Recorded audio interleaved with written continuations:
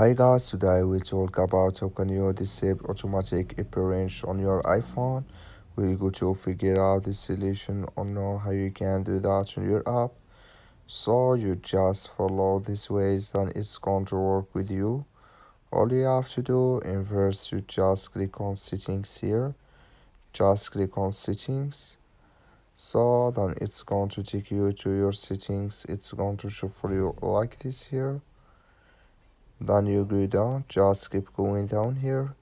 Click here on display and brightness, you just click on it. You can turn XCPR, it's going to show for you like this.